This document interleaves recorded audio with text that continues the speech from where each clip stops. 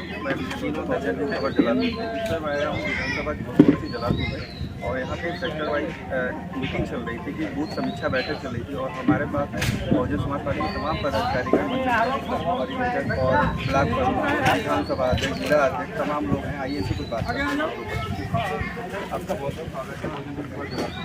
Sir, आए दिन दलितों पे अत्याचार बहुत ज़्यादा बढ़ते जा रहे हैं, कहीं कोई सुनने वाला नहीं, क्या किया जा रहा है? आपकी बात एकदम 100% सही है कि पूरे प्रदेश में चुन चुन करके दलित समाज से लोगों को मारा जा रहा है, उनकी हत्याएं की जा रही हैं, बहन बेटियों के साथ खिलौना हो रहा है और जितने भी घटना करने वाले लोग हैं इनका सरकार का संरक्षण प्राप्त है और सरकार के इशारे पर ये खुलेआम तांडव कर रहे हैं।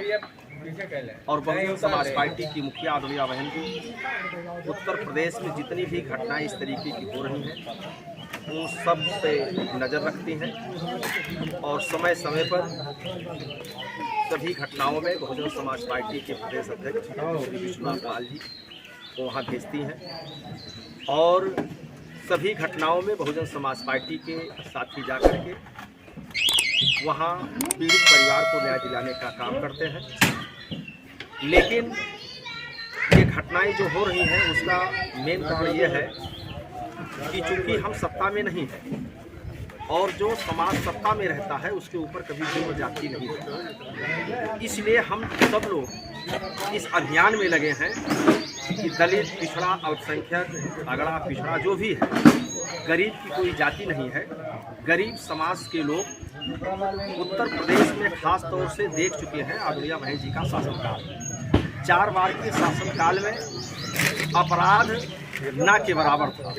अगर गलती से भी कोई अपराध करता था तो बहन जी वो सज़ा उसको देती थी कि उनकी कई पुश्तें उसको याद करती थी। आज निश्चित तौर पर उत्तर प्रदेश में आम जनमानस ये अब महसूस कर लिया है कि अगर अपराध से मुक्ति पाना है और विकास के रास्ते पर प्रदेश को ले जाना है तो बहुजन समाज पार्टी की मुखिया आदरणीय बहन जी को इस प्रदेश का आना है।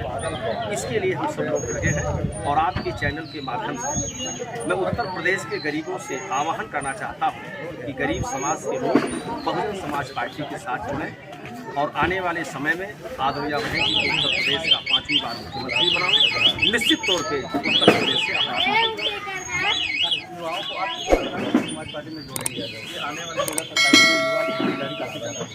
देखिए, बहुजन मूवमेंट आदरणीय बहन जी के नेतृत्व में ये अभियान चल रहा है। बहन का आदेश भी है युवाओं को 50% भागीदारी देकर के उनको पार्टी में भागीदारी रहा है, जिसके तहत वो प्रक्रिया जारी है। और आज जो समीक्षा हुई थी उसी बिल पर हुई थी और कुछ और भी पार्टी मूवमेंट की जो बातें थी उस पर भी चर्चा हुई है। युवा निश्चित रूप से युवा अब किसी और पार्टी की तरफ न जाकर के बहुजन समाज पार्टी की तरफ जा रहा है, क्योंकि वो अपना भविष्य देख रहा है। अब तक भविष्य जितने भी युवा थे उनका भविष्य चौपट हुआ, ना तो उनको कोई जॉब मिल रहा, ना तो सरकार इनके हित में कोई बिजनेस, फैक्ट्री इस पर कोई ध्यान नहीं दे रही है। नहीं, तो वो घूमने वाली बात अब उनसे ही पूछा जाए।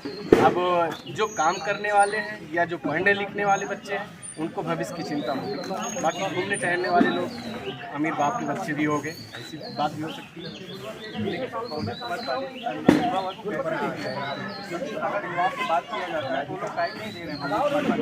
नहीं, बिल्कुल टाइम देंगे, हम उनसे जो है मिलेंगे और मिल करके हमको मिलना पड़ेगा और मिलने के साथ साथ उनको बहुजन मूवमेंट के बारे में चर्चा करनी पड़ेगी।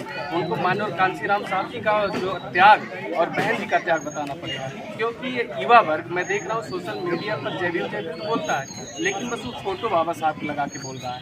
जब वो कैडर को समझ जाएगा, माननीय साहब को समझ जाएगा, बहन जी को समझ जाएगा, निश्चित है बहुजन समाज पार्टी से।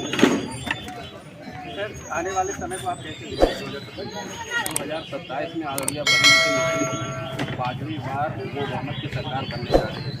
कारण भी है सपा और भाजपा की जो सरकारें रही हैं और आदरणीय बहन जी की जो सरकारें रही हैं, तीनों की तुलना समाज कर रहा है और हर समाज में आदरणीय बहन जी की बात कर रहे हैं। आदरणीय बहन जी की सरकार में कानून व्यवस्था, रोजगार, शिक्षा, चिकित्सा पे जो मेन काम हुआ था आज एक आदमी याद कर रहा कि आलिया बहन की सरकार में गरीबों के उत्थान के लिए जो भी काम थे वो बहुत ही मजबूती से हो रहा था, और आने वाले समय में 2027 में जब सरकार बनेगी उसी तरीके से फिर आलिया बहन जी काम करने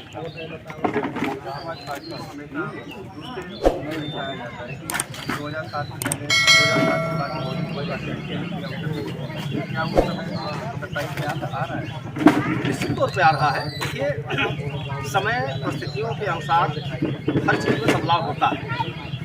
अभी आप नौजवानों की बात कर रहे थे। नौजवान कहीं न कहीं गुमराह इसलिए है कि उसको जरूरत के मुद्दों से उसका ध्यान भटकाया गया है। कभी मंदिर के नाम पर, कभी मस्जिद के नाम पर, कभी धर्म के नाम पर, कभी मजहब के नाम पर। जरूरत नौजवानों को रोजगार का है, जरूरत नौजवानों को शिक्षा की। लेकिन यह जो सरकार है, केंद्र की सरकार और प्रदेश की सरकार, आप देखें, आपको अखबार के साथ ही है, मीडिया के साथ ही है, कभी आम जनमानस की जो चाहत है उसकी बात सरकार में बैठे हुए लोग नहीं करते। माननीय प्रधानमंत्री जी हैं, उनका तीसरा राउंड चल रहा है। आप अब तो कुछ कम हो गया, नहीं तो आज 5 साल पहले हर तीसरे दिन, हर 1 महीने में आता था कि आज माननीय प्रधानमंत्री जी मन की बात करेंगे। और इनका हमको लगता है कि 11 वर्ष से ज़्यादा बीत गया कार्यकाल। ये अपने मन की तो बात करते हैं, लेकिन किसान की मन की बात, नौजवानों की मन की बात, व्यापारियों की मन की बात, अधिवक्ताओं की मन की बात, कर्मचारियों की मन की बात वो कभी नहीं सुनते। अपनी बात को थोपते हैं और आम जनता की बात को नहीं सुनते। तो इसलिए नौजवान हुआ चाहे आम जनमानस हो, इसको गुमराह किया गया है। और इसीलिए हम सब लोग लगे हैं कि जो गुमराह हुए लोग हैं उनको सही दिशा दे करके बहुजन समाज पार्टी में जोड़ें, जिससे आने वाले समय में भारतीय जनता पार्टी का सफाया हो और बहुजन समाज पार्टी की सरकार